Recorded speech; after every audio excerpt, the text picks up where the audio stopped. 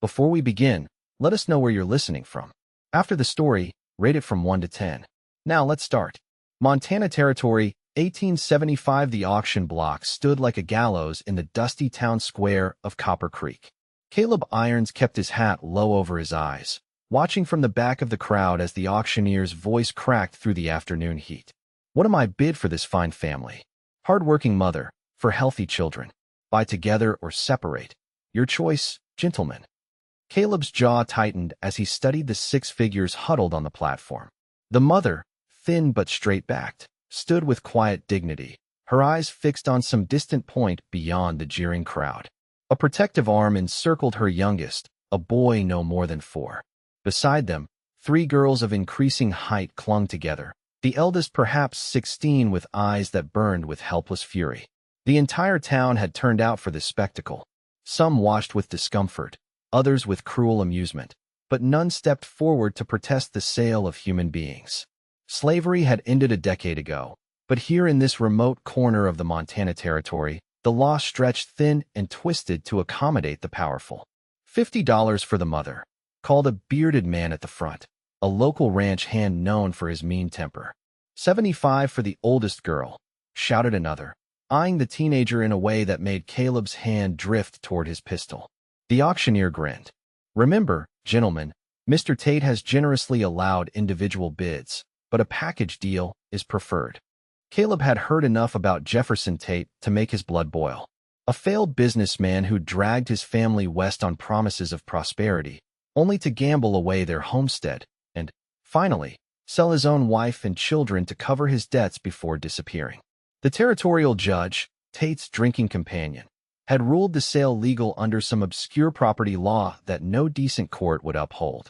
More bids rang out, the crowd growing rowdier as men competed for the mother and oldest daughters.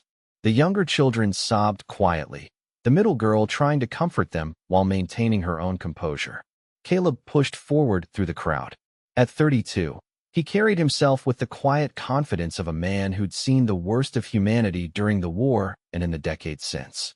His cattle operation outside town had prospered, making him one of the wealthier men in the territory, though he lived simply and kept to himself. $500, Caleb called out, his voice cutting through the commotion. The crowd fell silent, turning to stare. $500 for which one, Mr. Irons? The auctioneer asked, surprise evident in his voice. For all of them, Caleb replied, meeting the mother's startled gaze for the first time. Her eyes, a deep brown, revealed a flash of hope quickly suppressed by experience. Well now, the auctioneer said, recovering. That's generous, but I've already got nearly that much in individual bids. $1,000, Caleb said without hesitation. Cash, for the family to stay together. A murmur rippled through the crowd. No one in Copper Creek had that kind of money to spend on impulse. The auctioneer licked his lips. Sold. To Mr. Caleb Irons. As Caleb approached the auction block with a leather pouch heavy with gold eagles, the crowd parted. He could feel their curious stares, hear their whispered speculations. Caleb Irons, the solitary rancher who barely spoke 10 words at the general store, buying himself a ready-made family? The mother stood rigidly as Caleb climbed the steps. Up close, he could see she was younger than he'd first thought, perhaps 30, with premature streaks of gray in her dark hair. Ma'am, he said quietly, tipping his hat. I'm Caleb Irons. Sarah Tate, she replied, her voice surprisingly steady. These are my children, Eleanor, Madeline, Caroline, and William. The eldest girl, Eleanor, stepped slightly forward, placing herself between Caleb and her family. Her eyes, the same deep brown as her mother's, held no trust. After paying the auctioneer, Caleb turned back to them. My wagon's at the edge of town. If you'll follow me. To do what? Eleanor asked sharply, ignoring her mother's warning touch on her arm. Caleb looked at the girl, understanding her fear. To take you somewhere safe, Miss Eleanor. Nothing more. The family followed him through town, the weight of stairs heavy upon them all. Caleb helped them into his wagon without ceremony, covering the children with a blanket against the late afternoon chill. As he climbed onto the driver's seat beside Sarah, he could feel her tension, the careful inches she maintained between them. I have a ranch about 10 miles east, he explained as they left town behind. There's a caretaker's house near the main one. It's small but sound. You and your children can stay there. Sarah studied his profile. Why did you do this, Mr. Irons? Caleb kept his eyes on the road. No decent man could watch what was happening and do nothing. Many decent men were watching, she observed quietly. Then perhaps I have a different definition of decency, he replied. They traveled in silence after that, the children eventually falling asleep in the wagon bed, exhausted by fear and emotion. Only Eleanor remained vigilant, watching Caleb's every move. As the wagon crested a hill, Caleb's ranch came into view in the valley below, a sprawling property with a main house of hewn logs, a large barn, corrals, and several outbuildings. A smaller cabin stood about 100 yards from the main house, smoke curling from its chimney. That's the caretaker's house, Caleb said, nodding toward it. My foreman's wife, Martha, has been preparing it. She'll have food waiting. Sarah's hands twisted in her lap. Mr. Irons, I need to understand your expectations. My children and I have nothing to offer except labor. Caleb pulled the wagon to a stop, turning to face her directly. Mrs. Tate, I expect nothing from you except to accept safe harbor while you decide what you want to do next. You're not my property. That paper the auctioneer gave me means nothing. As far as I'm concerned, you're free to leave whenever you choose. Her eyes widened slightly. Then why spend your money? Because it was the only way to keep your family together and safe, he said simply. The rest is up to you. Martha Collins, the foreman's wife, was waiting at the cabin door as they approached, a stout, practical woman with kind eyes and flour-dusted hands. She welcomed the family without awkward questions, showing them inside to where a hearty stew simmered and fresh bread cooled on the table. I've made up beds for everyone, Martha explained. There are 2 small bedrooms. I thought the mother and youngest in one, the girls in the other. Mr. Irons had linens and supplies brought in from Helena last week. Sarah looked sharply at Caleb.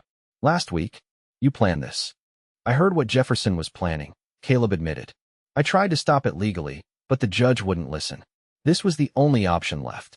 After ensuring the family was settled, Caleb returned to his own home, a spacious but Spartan house that reflected its bachelor owner. He sat at his desk late into the night, writing letters to contacts in the territorial capital about the legal status of the Tates. The next morning, he was surprised to find Sarah at his door just after sunrise. The children are still asleep, she explained. I wanted to speak with you privately. Caleb invited her in, offering coffee, which she accepted with cold hands. My husband, she began carefully, has powerful friends in this territory. When he discovers what you've done, Jefferson Tate left on the eastbound stage yesterday, Caleb interrupted gently. With your sale money. My men confirmed it. Sarah's cup clattered against its saucer. He's gone? Without the children? Without even. I'm sorry, Caleb said, meaning it. She set the cup down and straightened her shoulders. Don't be. It's a relief, actually. But it doesn't change the fact that legally, you now own us. No, Caleb said firmly. I have a friend in Helena who's a judge. The bill of sale won't stand up to real legal scrutiny. Slavery is illegal, Mrs. Tate, no matter what loophole your husband and that corrupt local judge exploited. Then why? Sometimes it's faster to pay a thief than wait for justice, he said simply. I couldn't stand by and watch your family torn apart while legal wheels turned slowly, or not at all. Sarah studied him with new intensity. Who are you, Mr. Irons? Really, just a rancher, he replied, but something in his eyes told a deeper story. No one is just anything, she said softly. Over the following weeks, the Tate family gradually settled into life at the ranch. The children, initially wary, began to relax. Young William took to following Caleb whenever possible, pestering him with questions about horses and cattle. Caroline, the middle daughter, discovered the ranch's small library and devoured books in every spare moment. Madeline, the quiet second daughter, revealed a talent for cooking that even Martha admired. Only Eleanor remained distant, watching Caleb with suspicious eyes whenever he came near her family. She worked harder than anyone, determined to earn their keep, refusing any gesture she perceived as charity. One evening, Caleb found her in the barn, brushing down his mare with aggressive strokes.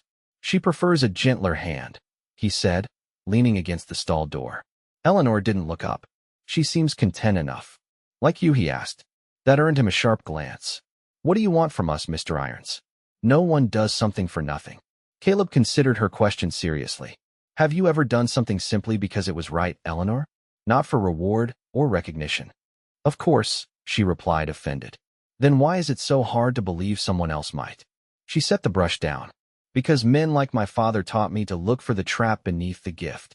A wise lesson, Caleb acknowledged. But sometimes, Eleanor, a gift is just a gift.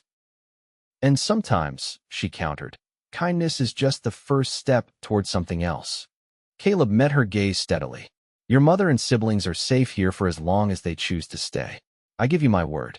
Your word, Eleanor repeated skeptically. Like my father's word that we'd find paradise out west. I'm not your father, Caleb said quietly. Eleanor's eyes flashed. No, you're the man who bought us. To free you, he corrected. So you say? She replied, brushing past him out of the barn. Sarah witnessed the exchange from the doorway. After Eleanor stalked off, she approached Caleb with an apologetic smile. She's protective, Sarah explained. After what her father did. She has every right to be wary, Caleb assured her. Trust is earned, not commanded. Sarah studied him in the fading light. You're a puzzle, Mr. Irons. Most men would have demanded gratitude by now. I don't need gratitude, he said. Just knowing your family is safe is enough. Is it? She asked softly. Don't you get lonely out here? The question caught him off guard. I have my work. Sarah smiled gently. That's not an answer. As summer progressed into fall, the relationship between Caleb and the Tates evolved. He kept a respectful distance, but found himself drawn to their cabin more evenings than not, first bringing supplies or news, then simply for the pleasure of their company. Sarah proved to be not only resilient, but talented with figures. When she discovered Caleb's haphazard bookkeeping, she offered to organize his accounts. Soon she was effectively managing the business side of the ranch, revealing an education and intelligence that had been suppressed in her marriage. Jefferson never approved of my meddling in men's affairs, she explained one evening as they worked through the quarterly accounts. He preferred I focus on being decorative. Caleb looked up from the ledger. His loss, he said simply. This ranch has never run more efficiently. A faint blush colored her cheeks. Thank you for allowing me to contribute. Thank you for saving me from my own financial chaos, he countered with a rare smile. Their eyes held a moment longer than necessary before Sarah looked away, making a show of organizing papers. The children, too, found their places. William became the ranch's unofficial mascot, beloved by the cowhands who taught him to ride and rope. Caroline began assisting the local schoolteacher in town 3 days a week. Madeline's cooking became legendary among the ranch hands. Even Eleanor gradually softened, taking over management of the ranch's small horse breeding program with unexpected skill. The first real test came in October, when Caleb received word that his legal efforts had succeeded. A judge in Helena had invalidated the sale of the Tates, declaring them legally free and independent. That evening, he brought the papers to their cabin, where the family was gathered around the dinner table. These are for you, he said, placing the documents before Sarah. The territorial court has ruled. You and your children are legally free, with all rights and protections. Your husband's actions have been deemed criminal, and there's a warrant for his arrest if he returns to the territory. The family stared at the papers in stunned silence. What does this mean for us? William asked finally, his young face confused. It means, Caleb explained gently, that you can go wherever you want. Do whatever you choose. Your lives are your own again. Eleanor picked up the papers, reading quickly. We're free to leave. You've always been free to leave, Caleb reminded her. But yes, now it's official. No one can claim otherwise. Sarah looked up at him, her expression complex. And what if we choose to stay? The question hung in the air between them.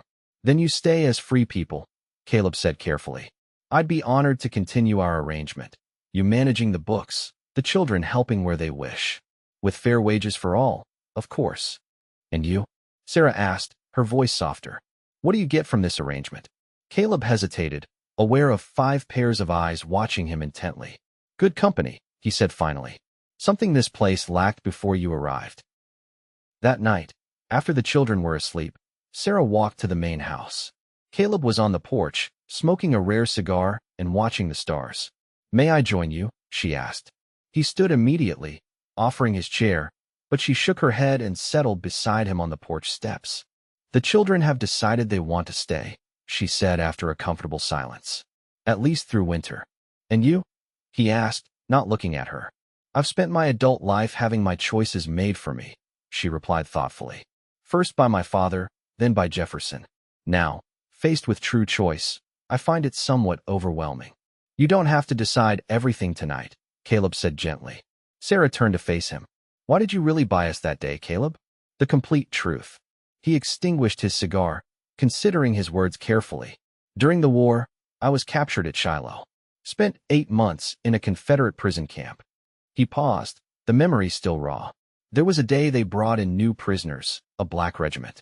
The guards made them stand for auction, mocking them. A cruel joke, since they were already prisoners. But the humiliation in their eyes. He shook his head. When I saw you and your children on that platform, with those men bidding, I couldn't stand by again. Sarah's hand found his in the darkness. Thank you for telling me. I want you to stay, he admitted quietly. All of you. But only if it's truly your choice. Her fingers tightened around his. And if I chose to stay for reasons beyond practicality? Caleb turned to her, heart hammering. What reasons would those be, Sarah? Instead of answering, she leaned forward and kissed him. A gentle, questioning kiss that ended almost before it began. Those reasons, she whispered. Winter in Montana came early that year, blanketing the ranch in snow by mid-November. The Tates remained, their cabin connected to the main house by a path the ranch hands kept diligently shoveled. Christmas approached, bringing with it a sense of anticipation none of them had felt in years. The relationship between Caleb and Sarah deepened gradually, conducted with careful consideration for her children's feelings. They were private with their affection, but observant eyes couldn't miss the way they sought each other's company, the lingering glances, the softness in Caleb's voice when he spoke her name. Eleanor was the first to confront her mother, cornering her in the cabin while the younger children were at the main house, helping Martha prepare Christmas decorations. Are you in love with him? She demanded without preamble. Sarah set aside her mending. Would it trouble you if I were? He bought us. Eleanor reminded her harshly. He saved us, Sarah corrected, and then set us free. There's a difference. Eleanor paced the small room. How can you trust any man after what father did? Because Caleb has proven himself with actions, not words, Sarah replied calmly. But Eleanor, my feelings for Caleb don't diminish my love for you and your siblings. You remain my priority. If you marry him, no one has spoken of marriage, Sarah interrupted, though a blush colored her cheeks. Eleanor stopped pacing. But you're considering it. If he asks. Sarah met her daughter's troubled gaze. I would consider it, yes. But not without knowing my children were comfortable with the idea. Even if we're not. Sarah reached for her daughter's hand. Eleanor, you'll be 17 in the spring. In a few years, you'll make your own life, as will your sisters and William. I've spent 16 years being Jefferson Tate's wife, living in fear and uncertainty. Is it so wrong to want something different for whatever years remain to me? The raw honesty in her mother's voice penetrated Eleanor's defenses. Do you love him? She asked again, softer this time. Sarah smiled gently. I'm beginning to, yes. Does he make you happy? He does. Eleanor squeezed her mother's hand. Then I'll try, Mother. For you. The first real test of Eleanor's promise came at Christmas. Caleb had arranged for a magnificent celebration, with gifts for everyone and special foods brought in from as far as Denver. The main house was decorated with evergreen boughs and ribbons, a tall pine tree standing in the corner of the parlor, covered in ornaments Martha had collected over decades. As the family gathered Christmas morning, the children's excitement was palpable. Even Eleanor seemed caught up in the spirit, helping William unwrap his presents with unusual patience. After the gifts were opened and exclaimed over, Caleb cleared his throat nervously. I have one more gift, he said, reaching into his pocket. This one is for Sarah. The room fell silent as he crossed to where she sat, kneeling before her with a small velvet box. Sarah, he said, his voice steady despite the emotion in his eyes. I never expected to find family again after losing mine in the war. But you and your children have brought life back to this ranch, and to me. He opened the box, revealing a delicate gold ring set with a single pearl. I'm asking if you'll consider becoming my wife. Not right away, but when you're ready. When all of you are ready. Sarah's eyes filled with tears as she looked from the ring to her children's faces. Caroline and Madeline were smiling. William looked confused but pleased. And Eleanor? Eleanor's expression was carefully neutral, but she gave her mother a small, almost imperceptible nod. Yes, Sarah whispered, turning back to Caleb. Yes, I will marry you. The wedding took place the following spring, after the thaw made travel possible again. Half the territory seemed to attend, curious about the man who'd bought a family at auction only to set them free and then marry the mother. The story had spread far beyond Copper Creek, embellished with each telling. Judge Thomas Malcolm, who'd helped secure the Tates' legal freedom, performed the ceremony in the ranch's flower-filled garden. Sarah wore a gown of ivory silk ordered from San Francisco. Her daughters served as her attendants, each in a dress of her own choosing. William, proud in his first suit, carried the rings. As Caleb and Sarah exchanged vows, the assembled guests witnessed not just the union of two people, but the final cementing of a family forged in the most unlikely circumstances. At the reception, Eleanor approached Caleb as he stood watching Sarah laugh with some guests. I want you to know, she said formally, I've accepted a position teaching at the school in Helena this fall. Caleb turned to her, surprised. That's wonderful, Eleanor. Your mother will miss you terribly, of course. I need to make my own way, she explained. Find out who Eleanor Tate is when she's standing on her own. I understand, he said sincerely. But this will always be your home, whenever you wish to return. Eleanor studied him thoughtfully. You know, when you first bought us, I hated you.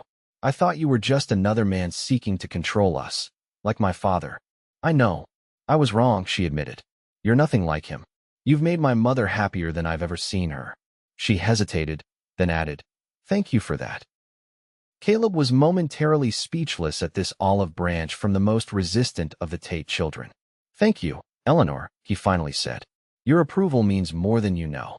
She smiled slightly. I wouldn't go as far as approval yet. Let's call it respectful acceptance. He laughed. I'll take it. As the celebration continued into evening, Caleb found Sarah alone for a moment on the porch, watching the sunset paint the mountains gold. Happy? He asked, slipping an arm around her waist. Beyond words, she replied, leaning into him. I never thought I'd find this again. Trust, safety, love. Neither did I, he admitted. When I rode into town that day, I only intended to stop an injustice. I never imagined. Sarah turned in his arms. Sometimes the best journeys take us places we never intended to go. And sometimes, he added, kissing her gently, an auction block can lead to an altar. The story of Caleb Irons and the family he purchased at auction became legend throughout the West, not just for its unusual beginning, but for its remarkable ending, a testament to the fact that sometimes, in the most desperate circumstances, humanity's capacity for compassion could triumph over cruelty and greed. In time, the Irons Ranch became known not just for its fine cattle, but as a haven for those seeking second chances. Runaway wives, orphaned children, down-on-their-luck cowboys, all found temporary shelter and practical help. Eleanor eventually returned from Helena to establish a proper school on the property, teaching the children of ranch hands and neighboring homesteaders alike. And Sarah and Caleb, whose unlikely meeting had scandalized Copper Creek, became the heart of a community that valued redemption over judgment and recognized that families could be forged by choice as surely as by blood.